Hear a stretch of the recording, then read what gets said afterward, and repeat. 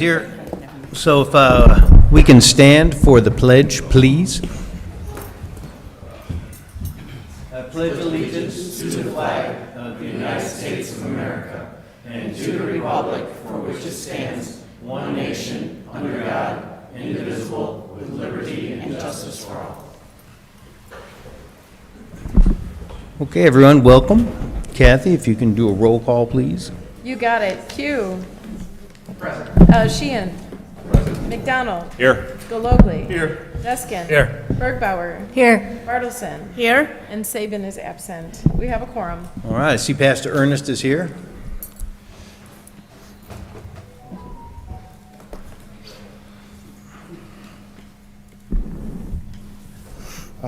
Please pray with me. Mighty Father, first I just want to say thank you. Thank you for all your grace and all your mercy. Thank you for being a very present help in a time of trouble, Father God. We ask you to come into this meeting, Father God. Your word says, all thy ways acknowledge you, and you will direct our path. We ask you to lead and guide us, Father God. Lead our leaders in the name of Jesus. Amen. Amen. Thank you, Ernest. Appreciate it. Any liaison things tonight? Yeah, I've got something. All right, lay it on us. Finance, we got $200,000 grant from Rails and Trails towards the Department of Natural Resource rebuild of the 8th Street Pad Bridge. We need to do a little bit of pre-engineering on it, which will be about $100K or so. But the good news is we just got another $250, which will be earmarked for that project as well. So we'll end up right now with having $450,000 towards the project, which will start in 2025, it looks like, and with the end cost right now being about $550. So that means right now we probably have less than $100,000 to complete the project out of our pocket. So good to get free money from representatives. House Representative D. Avalar give us the $250 grant. Nice. All good. Thank you. Super fun. What else going on? Anybody got something? I'm going to take Renee's spot as far as announcing what's going on. Sorry, I got to get my phone straightened out. The 9th and 10th is the World War II days. The 16th is the Women's Club when they have the spooky night out. The 17th is the Sweets and Savory. There's also a lot other things going on. Then on the 23rd is the LTHS Taste of Lockport. So our weekends are all busy. Yeah, fun month. Very good, thanks. Noodles is open. Noodles is open. And for dinner tonight? I ate there Is today. it? Oh, okay. Didn't realize that. Yeah. We all good then, everybody? All right, thanks. I have a proclamation to read. We do these infrequently, but I chose to do this one because they gave us a big grant. So this is for National Rail Safety Week.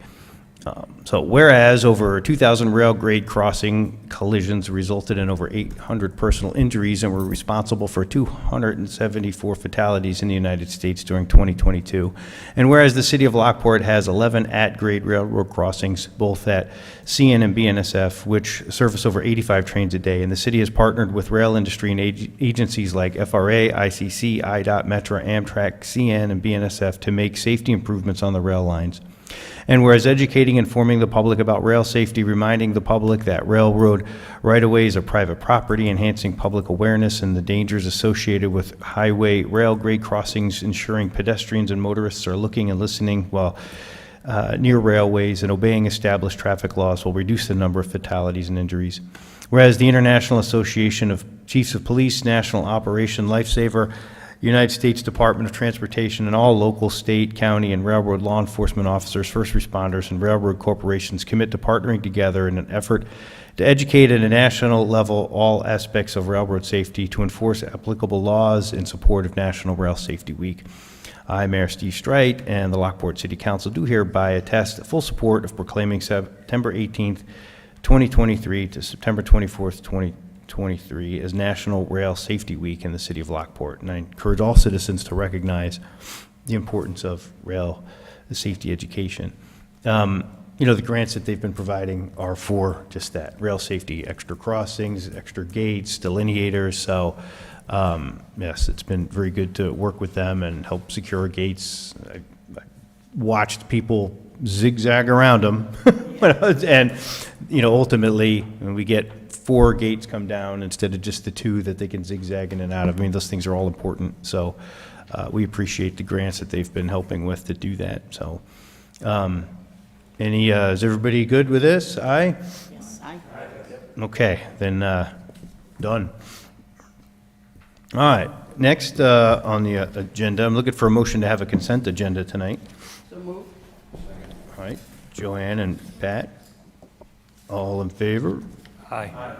Okay, so we're looking for approval tonight of the regular city council meeting minutes from August 16th, our committee of the whole meeting minutes from August 16th, and payroll period ending August 20th, bills through August 24th, concept plan extensions for Flagstone Villas, a 27-unit residential townhome community, that's resolution 23070, the special use permit for the Lupine Montessori School, resolution or ordinance 23024, amendment to the planned, the PUD for Lockport Square at Farrell to allow the therapy, which is ordinance 23025, release of the bond and initial acceptance for the water service extension, that is 23072, and then accepting the quote from Ford Hall Company for the South Plant secondary clarifier, not to exceed $32,680. So we're looking for a motion to approve. Second. Jonathan, and was that Me. JR? Jonathan, JR. May I have a roll call, please? You got it. Pugh. Yes. Sheehan. Yes. McDonald. Yes. Palogli. Yes. Deskin. Yes. Bergbauer. Yes. Bartleson. Yes. And Saban is absent. We have a quorum. Oh, motion passes, sorry. Yeah, right on. All right, next, we have PH1, and it's an annexation and amendment for the property located north of 159th and east of Edelman Drive, so it's a public hearing. So, as required by state law governing annexation agreements, the public hearing is being held to consider an annexation agreement and amended and restated annexation agreement that includes the annexation of parcels as part of the development that includes the residential project Springs of Lockport, north of 159th Street and east of Edelman Drive. We'll have a motion to open the public hearing, and then Sonny will briefly outline the proposed annexation, and then we'll go to the audience. If there's anyone that wants to be heard, we'll do it then. And then after that, we'll have a motion to close the public hearing. So I'm looking for a motion to open the public hearing. Joanne, and seconded by Christina. All right, all in favor? Okay. Thank you, Mayor, members of the City Council. Since I talked about this item in detail at the last Committee of the Whole, I'm going to make this very brief. This is the overall annexation agreement that covers the development that includes a 320-unit apartment community that will be named Springs at Lockport, located northeast corner of Edelman Road and 159th Street. So basically, this agreement will do 3 things. I'm looking for my clicker here. It will annex the parcels that are not currently in the city of Lockport. They're in unincorporated Will County. These parcels, as depicted in the plat of annexation, are owned by the Oswald and the Altman, and they will be incorporated into the city of Lockport. These are the parcels that are part of that development. It's mostly right of those, Edelman Road. And the second thing that this agreement will do is rezone these parcels as R4 as part of the, again, the apartment, community apartment complex. The third thing that it would do is it will provide the guideline for the final development, which would be primarily the R4 residential complex, apartment complex, and some commercial uses on the southern parcels. So the annexation agreement is set for the public hearing today. We had the notice for the public hearing published in the Joliet Herald within the adequate time as required by state statute, and if there are any questions, I would be more than happy to answer them. All right, I see some visitors. Is anybody here to talk about this? All right. Does council have anything else they want to say on this issue? I just have one question, and I don't know if we can clarify that. They were talking about during construction, they wouldn't be using Edelman Drive to go into the property, they'd be using the Eastern Drive? Is that true? Correct. Most of the traffic would come in on the right in, right out that's on the east side of the property. There will likely need to be some construction traffic for things that are happening on the far west or far northwest corner of the property that would use Edelman Drive, but it is every intent to use the right in, right out that would be created as a part of the project. So if trucks are coming from the west on Article 9 Street, you have to get into that property. How do they get over the meridian and then into the property? Hope, Person to go out and turn back around? hopefully they plan better than that. Okay. Yeah, Thought about that because there is an island there. right. All right, anybody else? Okay. So if no one else has anything to say, then we'll do a motion to close the public hearing. Second. Pat and JR, all in favor? Aye. Okay. So next we'll move on to looking for a motion to approve resolution number 23074, which is approving the annexation agreement. Make that motion. All right, JR, seconded by Jonathan, and then we will do a roll call. Mayor Foltz. Yep. All right, Pugh. Yes. Sheehan. Yes. McDonald. Yes. Galogly. Yes. Mayor. Yes. Deskin. Yes. Bergbauer. Yes. Bartleson. Yes. And Saban is absent. Motion passes. All right, next we're looking for a motion to approve ordinance 23026, which is annexing the Oswald and Altman parcels into the city. I'll make that motion. JR, Second. seconded by Pat. And then we'll do a roll call. All right, Pugh. Yes. Sheehan. Yes. McDonald. Yes. Galogly. Yes. Deskin. Yes. Bergbauer. Yes. Bartleson. Yes. And Saban is absent. Motion passes. Okay, and then lastly, we're looking for a motion to approve resolution 23075, which is the development agreement itself. So moved. Second. All right, JR and Pat, and then a roll call, please. You got it. Pugh. Yes. Sheehan. Yes. McDonald. Yes. Galogly. Yes. Deskin. Yes. Bergbauer. Yes. Bartleson. Yes. And Saban is absent. The motion passes. Okay. Next, we're looking at CD1, which is the rezoning from I-2 General Industrial as an unincorporated Will County to a R1 single-family residential zoning. This is resolution 23013. So we're looking for a motion to approve. I'll make that motion. Second. All right, Darren, JR. Any further thoughts, discussions on it? Okay. Then we can, No change in the property this week as far as moving stuff out. no, nothing's been changed, so. So alas. All right, then we'll do a roll call, please. You got it. Pugh. Yes. Sheehan. Yes. McDonald. Yes. Galogly. Yes. Deskin. Yes. Bergbauer. Yes. Bartleson. Yes. And Saban is absent. A motion passes. Okay, and then last is PW1, which is, Question the numbers or something? Yeah. So I think we missed CD1. You reversed it. oh, I did miss CD it. I jumped yeah. right over to, I thought that was all those, Nope, there were three as a part of the annexation in the public hearing. I skipped it because I thought they were included in it. I'm very sorry. So problem. we'll go back to CD1. So we're looking for a motion to approve ordinance 23027, which is a special use permit for planned, a PUD for the 320. Is there anything you wanted to say about it, Lance? Oh, well, let me make the motion first. I'll make the motion. All right, so JR, and was that? Jonathan. Jonathan, thanks. Forgive me, was there anything you wanted to speak to that? Okay. So just for the clarification, was the prior vote for CD2 then? Okay. Yes, it was. Correct. For Canal Street. Yeah, so sorry, I probably messed you up too there. Honestly, God, I thought all those smaller ones were part of that.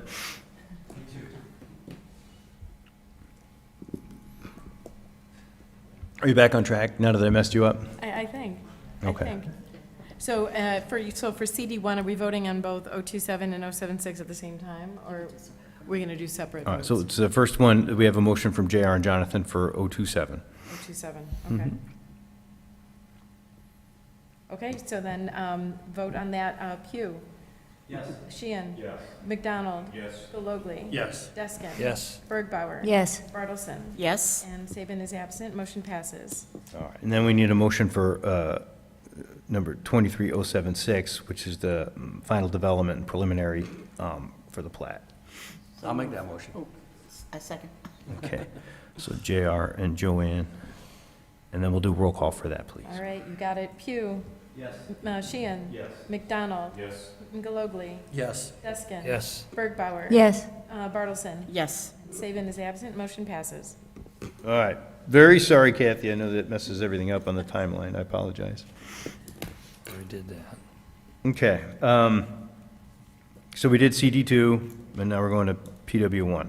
So we're looking for a motion to approve 23077, which is the Austin Tyler construction project for 177,707.40 for stormwater. So we're looking for a motion on that one. Okay, Pat and Christina. Mayor, I need to abstain from the deliberation and the vote on this one. I'm looking to supply material on this project. Okay. Any final thoughts, concerns on it? Is that source of backfill, the remaining bid at Penny and Yard? Do you know the source of that backfill? I think it's probably best for Brent. Do you have that source, Brent? Yep. Could you repeat that? I'm sorry. They source their backfill at a penny per yard. And I was just curious where they're sourcing it from. Well, what they're doing is they're hoping to Not need that, not need it, yeah. Yep. so save what they dig. Just, that's just one way that they're looking to, try to be a little better. You know, everybody's got different ways of bidding and ways of completing projects. And then the engineering numbers were from, is it Baxter and Woodman? Correct. Put the engineering estimates in? Yep. I think 192? Yeah, 192 was the estimate, so we came in about 15,000 under that. All right, thanks, Jonathan. Anything else? Then we'll do a roll call, please. Okay. Pugh. Yes. Sheehan. Yes. McDonald. Yes. Deskin. Yes. Bergbauer. Yes. Bartleson. Yes. And Saban is absent, motion passes. All right. Any new business? Any open floor comments? We have our next agenda soon, but it's open floor comment time. I don't have any cards, so I'm guessing not. Then we'll look for a motion to adjourn. Second. All right, we got Joanne and Christina, all in favor? Aye. All right. At your convenience, Kathy, for a new roll call.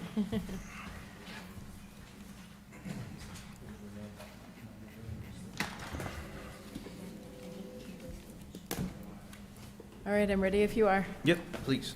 All right, roll call. So, Pugh. Present. Sheehan. Here. McDonald. Here. Galogly. Here. Deskin. Here. Bergbauer. Here. Bartleson. Here. And Saban is absent. We have a quorum. All right. First item, CA1. Thank you, Mayor, members of the council. CA1 is a three-year extension for a lease agreement with Space Labs Makerspace, which has space here at City Hall.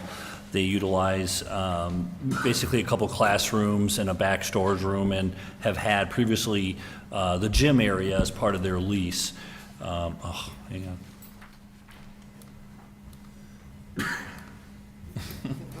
I really got to go the other way. How do you go the other way, Lance? You got it? Sorry.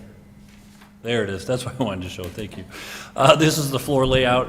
The yellow area is the gymnasium that was in their prior lease that they really hadn't used very often, and they were willing to give that opportunity up. So they'll still maintain the 3 pink areas, the 2 classrooms up front, and a back storage room that they have some equipment in. They're looking to extend another 3-year agreement. Their rent with the lease, not having the gymnasium, we lowered their rent by $100, so it was $1,000 a month. Now it's $900 a month for the next 3 years. They've been a good tenant, and we'd be happy to have them back. All right. Any thoughts, concerns about it?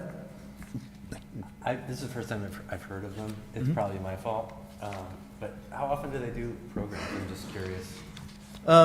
You know, I'll see them in there every once in a while, like they'll do something out in the gym, but usually just people, they have like a really low membership fee, like $30 or something, and then people go in and use the 3D printer or use the equipment, anybody can join it. It's really open to anyone who wants to be part of it, so. It's fun, I like what they do, and it was nice that we were able to give them a home, because they had to leave Mokina, so. I think that's the pictures that I must have seen online with like a huge space. It didn't look like our. No. Well, the guy who helped organize it, he had a space in DePaul University because he's an instructor there. So maybe that was what you were looking at. Sure. The biggest user is that drone company that's got an office down there. You might see him he's here almost every week. Mm-hmm. So we're looking for approval of Resolution 23080, which would be approving a 3-year extension, and consent's available or action. You guys okay with the consent? All right. Next is CA2. Yes, thank you, Mayor. CA2, so this is the train station, which I think Pat McDonald's company started in. What year was that, Pat? In the spirit of an entrepreneurial opportunity, we've had the building at the Metro Station at 13th for a long time. We have had several baking establishments try to do different things in there. I think in 08, 09, it was probably a great run with the Metro ridership, but after COVID and things have changed, there hasn't been a lot of activity. So we're kind of hopeful that they can get in there and provide some service for the Metro riders, and have somebody there open things up and offering coffee and baked goods. You know, again, this is, we were looking at this as a kind of a 1-year opportunity to kind of get their doors open and establish themselves. So we were offering kind of a rent credit back if they were going to continue to operate the train station for the Metro riders in the morning. So it's still, the net is $100 a month. It's what we charged the last tenant. But again, I think there's more value in having the space utilized right now, and having some services for ridership, so. Okay. Thoughts, concerns? I've always liked having somebody down there open the station for everybody, so. Right. Ben, do you know if they're going to sell newspapers? I don't, I mean, it's really coffee and baked goods. I don't know. I mean, can certainly ask her if that's a request. I'm sure they could, you know, they go in there probably at 5 in the morning, so they probably could pick up some materials or something. Is that what you're thinking? I think it'll help it Okay. sustain a little bit more. Okay. Can add that? You guys okay with consent? Okay. All righty then. Thank you. All right, next is CA3. Yes, thank you. Mayor, members of the council, this is a Resolution 23079. It's an intergovernmental agreement between the Will County Forest Preserve District and the City of Lockport regarding cost sharing for a feasibility study on something we're calling the Lockport Trail. Back in 2008, Open Lands looked at some planning areas in Joliet and Lockport to expand bike paths along the canal. Nothing ever moved forward, although the county did acquire some parcels of land. Also, since then, the city had acquired, obviously, the Chevron Business Park, and we've got a neat opportunity to bring pedestrians and biking down to the Des Plaines Riverwall. But we really need to double check with a lot of the, as Darren would say, alphabets. There's quite a few agencies that own land down that area, and Corps of Engineers and the locks as a potential. Here's a nice aerial to kind of see just some of the loops that we're trying to connect. And there's an alternate loop on the next page that shows maybe we can even get down to the dam, and you can see the power center. So it'd be a neat visual opportunity. So We've got a couple of ideas and things that we want to loop together, really kind of opened our eyes when we were down there during Old Canal Days this year, and we reached out to the Forest Preserve, and they were willing to split the cost on the feasibility, and I think they'll be willing to, share costs in the Phase 1 and construction as things move along. Right now, it's very conceptual, so we're just looking to complete as much as we can. And I know I saw Kurt from V3 here, if anybody has any questions or concerns, but it's a pretty standard sharing agreement with the county to move forward.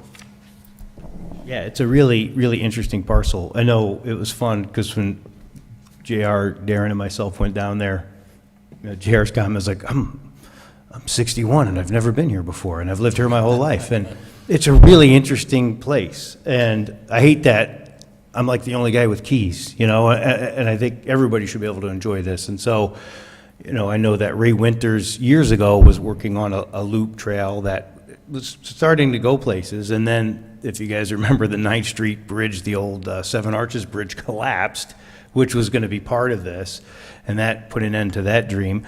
But now that we own the rest of the parcel, now we can actually find a way to loop it back. Or even if it's just a turnaround and you go back to Division Street, I still think it's got lots of value because it's very peaceful, it's very interesting, unique quality that we have here, unique space. So, Well, the only potential issue I see in this whole thing is the southwest corner.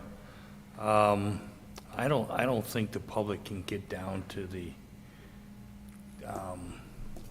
locks anymore. That's a homeland. yeah, I don't think so either. That's I think that's a homeland security thing now. if can you go back one slide?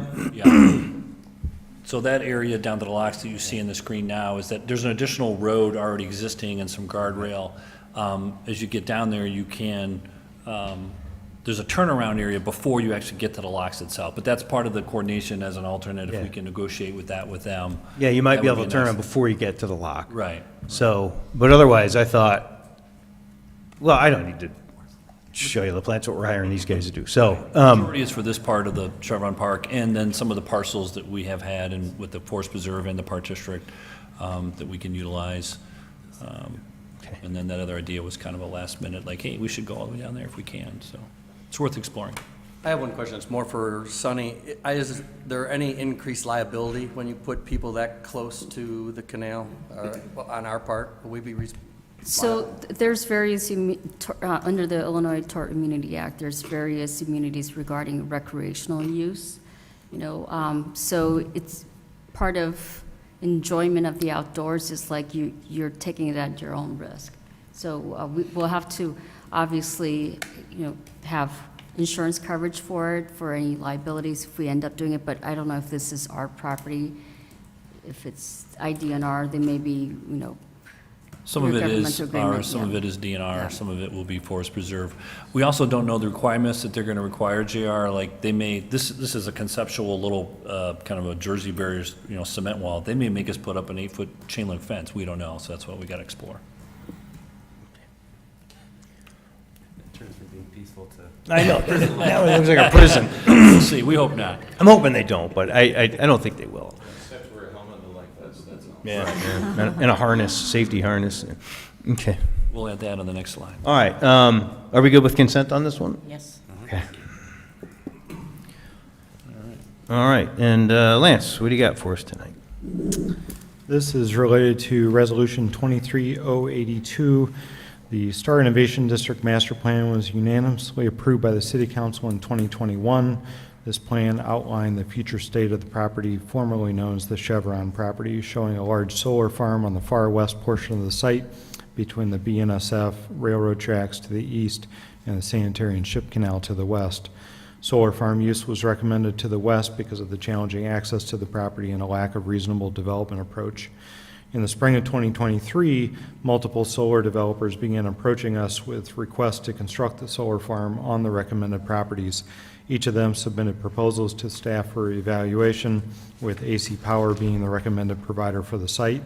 AC Power specializes in brownfield environments and also offer the highest lease payment option of the other offerers, making them our recommendation for the preferred provider.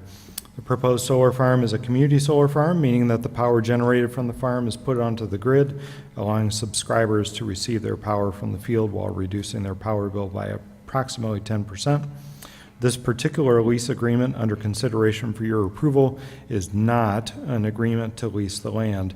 This agreement allows AC Power to begin their due diligence process with ComEd, the IEPA, if necessary, and the state of Illinois. The interaction with ComEd is to determine an allocation of power that they will accept from the farm and to make sure that the appropriate transmission lines are in place. The interaction with the state relates to the tax credits and the other incentives being offered by the state, and verifying that the farm will receive the full benefits of the program. There are two outstanding components impacting the advancement of the construction of the project.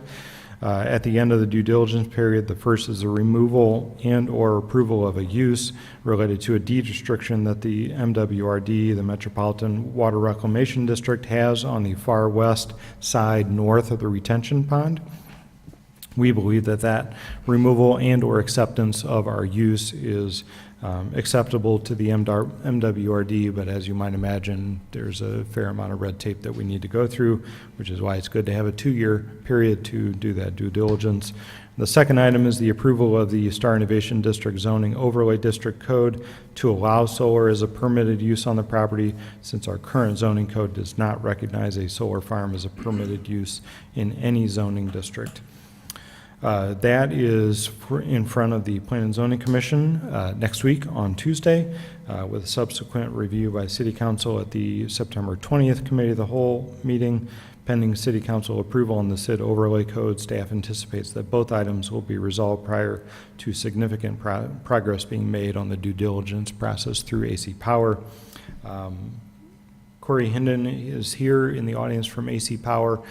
He has a couple slides. I thought it might be beneficial to just have him introduce the company, let you answer or ask any questions that you might have. So I'll invite Corey on up to talk about them.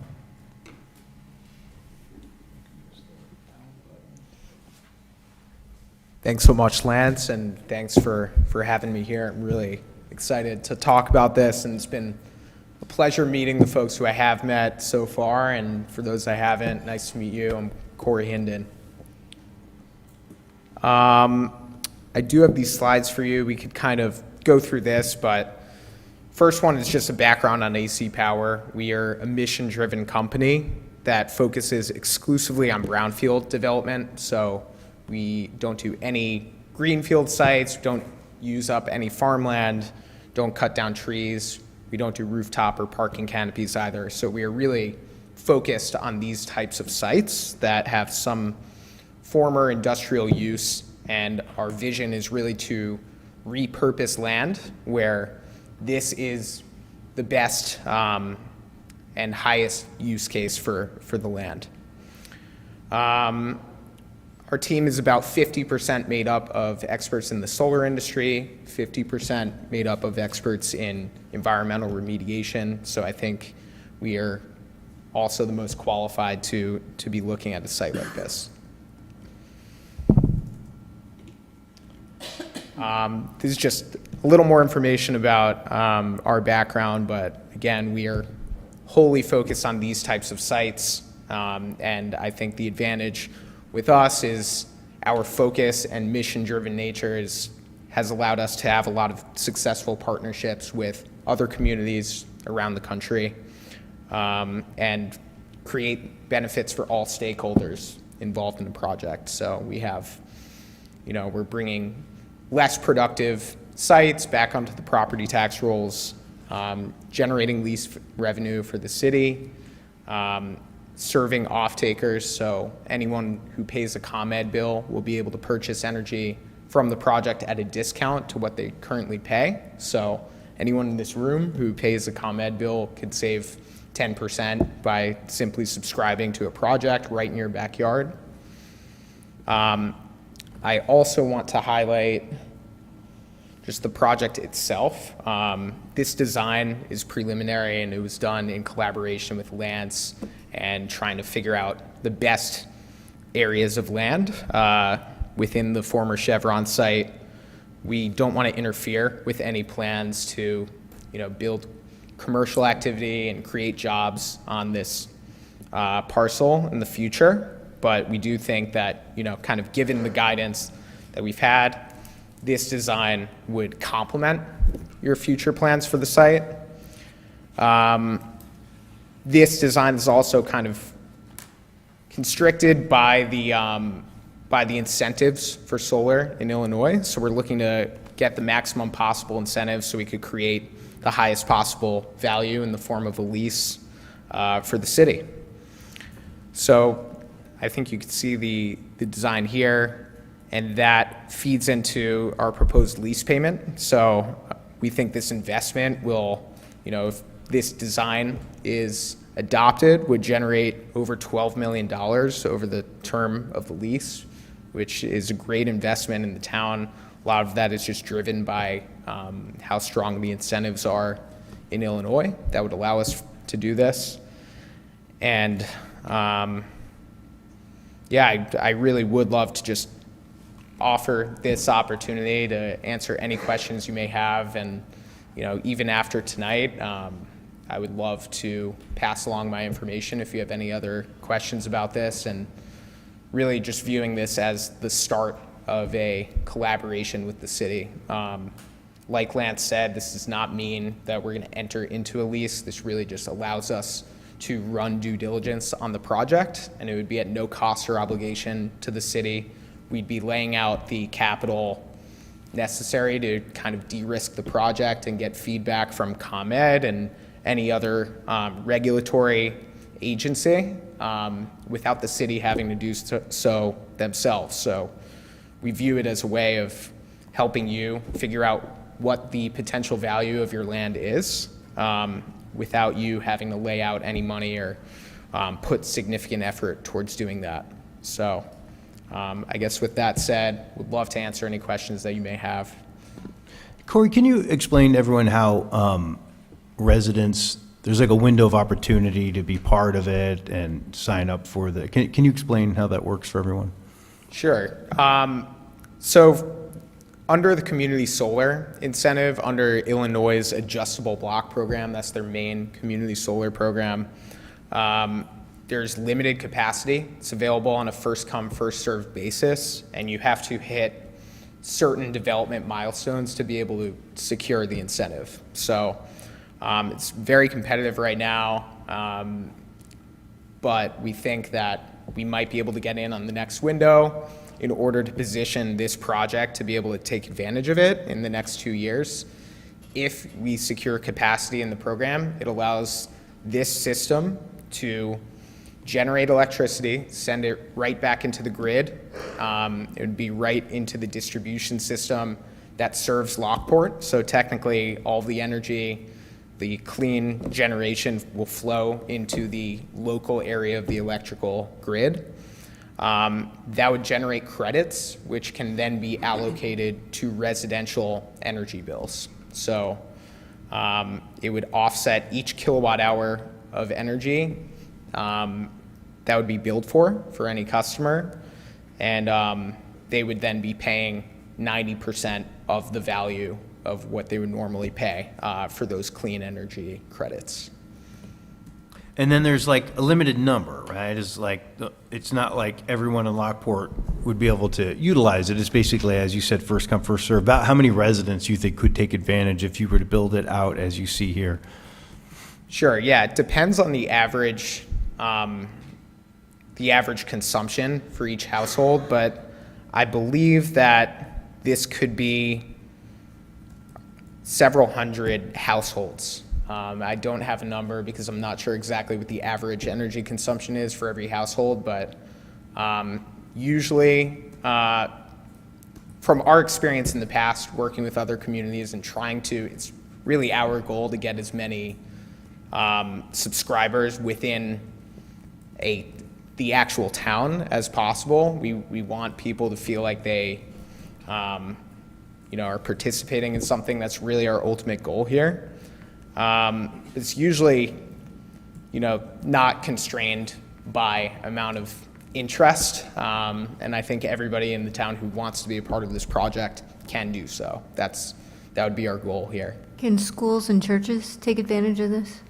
Yeah, a lot of the time they can, and it depends on what their energy tariff is, so what rate they're under within ComEd. So a lot of the time churches can and schools can, and I think that actually makes the project more viable under the Illinois program. So that's something we would love to explore if there was interest.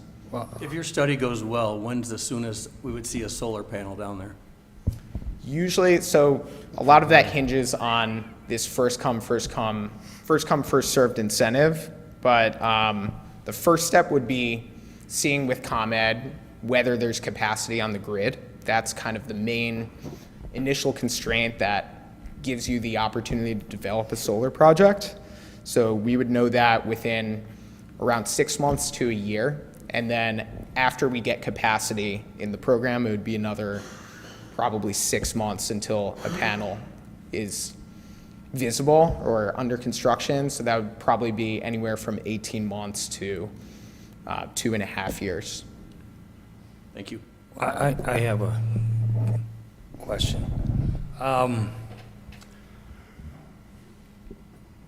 the city can go ahead and participate in this also, correct?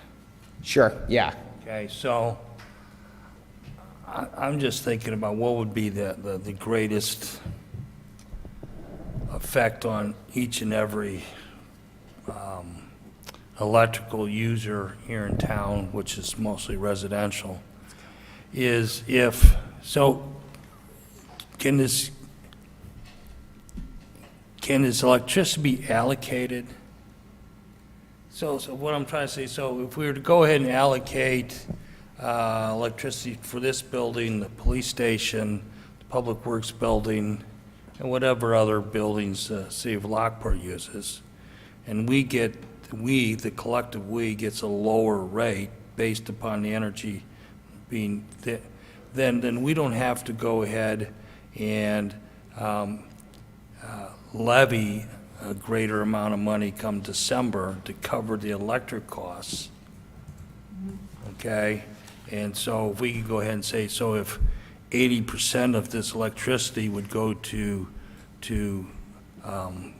service the city-owned buildings, I just think that could possibly have a greater effect on each household's costs. Instead of people first come, first served, to go ahead and get a 5% or 10% discount, well, if the city's using, we use a lot of electricity. Do we pay for it though? Well, we can't, so we get free electricity, actually, we get free electricity from ComEd for most of our buildings. We just can't get it for our business enterprises, like the water treatment plant, and we wouldn't be able to do that. We would not qualify for that? We would take it all. Well, then that answers that question. The power plant would take, or the. Yeah, it would take quite a bit. It's a good So we need to build two. Very smart. If there's more room, we could do another one and dedicate it to that maybe. But, yeah. So, two things. First of all, we had the conversation about on a output basis. You guys are saying that this farm will generate, what is it? 25 megawatts? 10.8. And that payment to us is based on the output, not if we get a string of 9 days, cloudy days where it doesn't generate as much, regardless of the panels absorbing energy. We're assuming that regardless of the day, it's always going to produce that, and that's what we're getting paid for. That's correct. So the lease payment is based on, it's essentially the footprint of the system. So it doesn't vary by production at all. It's in megawatts, which is basically if you add up the wattage of every individual solar panel in the system, that's what you get. And that's opposed to megawatt hours, which is the generation that you get from the sunlight each day. So it's confusing. We mix it up all the time ourselves as well. But that lease payment is not going to vary. That's more for the purpose of we're going to have to go through a permitting process. We're going to have to get feedback from ComEd to figure out what the final system size is going to be. And we want to tie the lease rate to the footprint of the system. If they come back and they say we could only build half of what we're proposing here, then this number would be applied to half of the size. Yeah, I would think with the Midwest Generation Plant decommissioned, that there would be significant drop in energy production in this area, so that might fill a little bit of the gap. I'm not sure what the output was over there. Pardon me? It's more. Well, I'm sure it was. A few watts. And then I have not so much a question for you, but more for the city, so I'll hold. Well, Anybody else have anything for Cory? I have a question for Lisa. It could be along the lines what you're thinking, Pat. So this is going to be owned by AC Power? This won't be owned by AC Power. This would be owned by one of our partners Okay, whomever. someone with a strong balance sheet who is experienced at owning and operating renewable energy assets. So it's to be determined, and we would have the city be involved in the process to figure out who that is as well. So so Lisa, is this going to be subject to property tax then? Yes, that's Okay. what he said, it's a revenue. Well, revenue is the lease payment. Sometimes property tax is assessed based upon like open land, farmland, and there could be some tax assessment bracket for solar farm. So not all, okay, you did, okay, so she has the numbers, yeah. Yeah, generally, we pay both a lease and property tax. You would be receiving both for this project. Even if it's a penny more that's ever been generated on that property. So is there going to be a facility then built on the Chevron? No. So there's going to be solar panels? Just the panels Just the and the panels? connections to the grid. And how far is that going to be from when we use the property? You know, can for see on the canal map, days. it's on the other side of the railroad tracks. It's west of the Burlington Northern tracks. So you won't even see it. Oh, okay. no, you'll see Okay, it. nobody will see it? You'll see it And from, it doesn't See it from the interfere? bridge. you'll see it from the bridge, the only time you ever see And it. it from there's an airplane. Nothing dangerous? You fly in, it's a Midway. No? Okay. Yeah, there's typically, if we're close enough to an airport or something like that, then we'll need to do a glare study just to ensure that it doesn't interfere at all, but that's never really been an issue, and in fact, it's something you want to do to build a project properly. Well, obviously, you guys will talk with Lewis, because that's the airport that these guys fly over to get to, so, Yep. okay. Do you guys do any real-time feedback on any of your other projects, just so that we could maybe tie in our website so that Absolutely, yeah. residents can see what's happening? You can have like a TV displayed in the lobby here, really anything, but that's something we Commonplace? like to work with towns on. Any kind of community engagement, we could use it for educational purposes, workforce development, schools.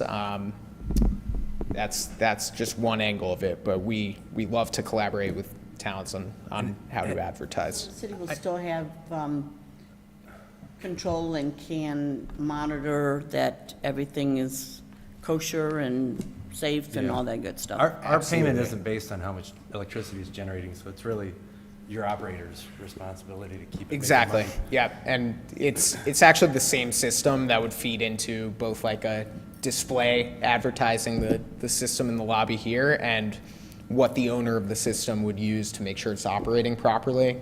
You know, like if there's an issue, there would be an alert, they would send technicians to the site, and ultimately it will be built in a way that is very, it's safe. I think the only risk would be in losing production, which would really not affect the town at all because the lease payment would be fixed.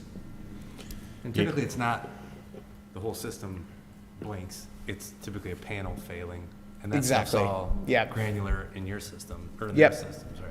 Yeah, it's wired in a way where only very small sections of the system could possibly malfunction at once. So it's not monitored every day, it's whenever something goes off, an alarm sends or a signal or something?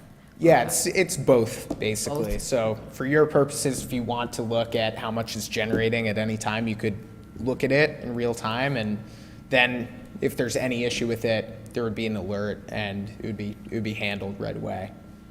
And they are the ones that are responsible for the maintenance of the panels. We have Right. nothing to do with Right. that. So they roll when it breaks. We just, Yep, Sit we would back. be responsible for the maintenance of the panels and the site itself. So keeping it, mowing grass, keeping it looking nice. We also use local pollinator-friendly plants that, we're designing everything in mind so that it really adds more to the community than just the system itself. So I see there's project A, B, and C. Are these all three separate projects? And are we going to be asked to go ahead and approve A, B, C, or all of them? What we would look to do is start by applying for the entirety of it with ComEd. A and B are essentially one project and would be interconnected to the grid as essentially one project that spans both of those areas. And then project C would be a separate project. But the goal would be to apply for as much as we can with ComEd and then get their feedback and see what they say about how much solar we could fit at this site. The state has a maximum 5 megawatt limit, and so that's why they're separate projects. So, you do 5 megawatts here, and that's the max they allow for that project. You can do 5 megawatts here, and that's the max that they allow for that project. So in order to get the amount that we're looking at here, we broke it up into projects so that they could pursue ComEd and the state's maximum limits for each one. Yeah, this picture doesn't do the size, what the size of this will be. I mean, it's huge. It's about 25 acres or so. Do you have other areas that are this big or bigger? Yeah, huge. we specialize in really this size of project. So any state that we're in, we are, under the regulations of the state of how large we could build a project, and we look for sites that are both brownfields and have a history of being previously disturbed and are around 20 to 25 acres in size.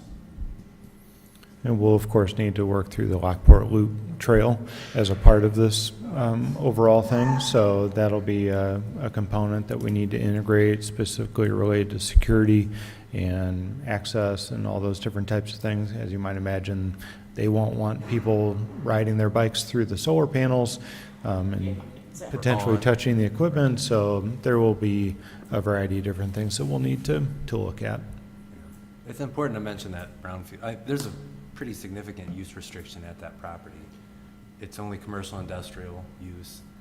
Most of those recreational uses that I think all of us would like to see down there can't happen down there. So this seems like a no-brainer to me.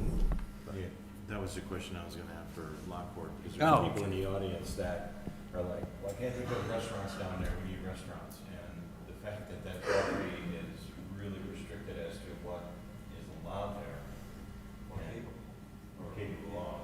And Darren, to your point, I mean, a penny in property tax is a penny more than we're getting right now. And it's a good source for. Well, it isn't even that, an unrelated but related issue is, this is all TIF land, which has generated $0 in the 15 years or so that it's been generated. So when I see, after 25 years, $7 million or $8 million, that's pretty good, because right now, the probability of anything going down there is virtually zero, because the cost of infrastructure, it would cost us more than the $7.9 million to put in infrastructure in to fill in these other open spaces, but we're going to get nearly $8 million. One of the other things that parallel with their due diligence process that they're going to look at is a utility scale installation across the remainder of the property. So the rest of the 120-ish acres, they're going to look at, because it would be different, it would go above that 5 megawatt cap. So it becomes a utility solar installation. So they're going to evaluate that on our behalf just to see if it's even feasible or workable. Because as you might imagine, the lease rates are not the same, just to be clear. They're half or so. But in the broad context of the total generation versus the cost of infrastructure and other things that you see in the master plan for the Star Innovation District, it's certainly an evaluation point that if it would ultimately be viable, we would certainly present that to the council for your consideration. Well, John, these things for a minute. Darren, you mentioned the TIF, in terms of generating monies for the TIF. Eventually, that TIF could expire, and that money could go right into the general coffers for other projects, correct? Yeah. So I don't know if we want to go into this whole long conversation about the TIF, but yes, the TIF is going to expire. 2029, I believe, is the end of the TIF unless we extend it. 2032, that's what you recall? Okay. So once the TIF expires, then the money goes back to every taxing body, okay? We still get our share, our 10%, we're about 10% of the tax bill, but the rest of it will go back to every one of the schools, the forest preserve, the county, the park districts, everybody else that's on that tax bill. And I think the last real plus of this too is it's a passive use. You know, one of the things we've always been concerned about, one of the reasons we bought it is because so many logistics companies were looking at it and trucks in and out. And so this is a passive use that still generates revenue. So that's good. All right. So what are you looking for tonight, Lance? If it can go on consent, that'd be great. Okay. So we'll do a consent. Anybody else have anything? I didn't mean to cut anybody off. We good? Should move on, yeah. All right. So we'll put it on for consent. And thanks, Corey. Appreciate your time. Thank you. Thank you. All right, and lastly, we have a CD2 facade and site improvement for 916 South State. Thank you, Mayor. This is related to Resolution 23078. This is for John and Jane Conk. They are the owners of the building at 916 South State Street. They are requesting funds through the city's facade and site improvement grant program to replace 7 of their second-story windows. You can see that on your screen. The applicant received approval from the H&A Commission on July 27, 2023 to replace the windows. As a condition of approval from the H&A, the windows shall be the Geldwin wood-clad windows, green in color and having not more than 1/2 inch difference between the rough opening and the window. After the H&A meeting occurred, there was additional research that was performed on one of the products that was presented but dismissed by the council that actually found that it did meet the requirements that we would normally accept from the H&A. We did clarify that with the commission. And so as a part of that, we are looking for council's consideration of a little bit different funding mechanism for this one. The facade grant program allows for a 50% match up to $20,000 per facade with a maximum of $50,000 per property if you're on a corner or you have site improvements that you want to include in that. The applicant is eligible based on the bids for $4,878 based on the Fibrix replacement windows, which was the lower cost one that wasn't accepted originally by the H&A. Because of the unique situation of having the allowable lower cost material available, but the desire of staff and the commission to match the window pane placement in the adjacent buildings and be consistent with what H&A did approve, we are recommending that the applicant's portion of the grant remain at the $4,878, which they would have been originally entitled to, and that we would cover $13,963 to be able to fund the preferred windows by the commission. Staff believes that this is a viable solution to respect our building owners as well as continue to reinforce the historic character and accurate materials in our National Historic District. So you're saying that you can't take all that out of the You have, well, you said a different funding mechanism, like what's the funding mechanism? So based on what they were approved for, the approval at H&A was a higher cost window. It was a full wood window like we would normally typically require. We have made allowances and modifications for new materials and other things like that, of which this Fibrex material is a brand-new material that's put out by Anderson Windows.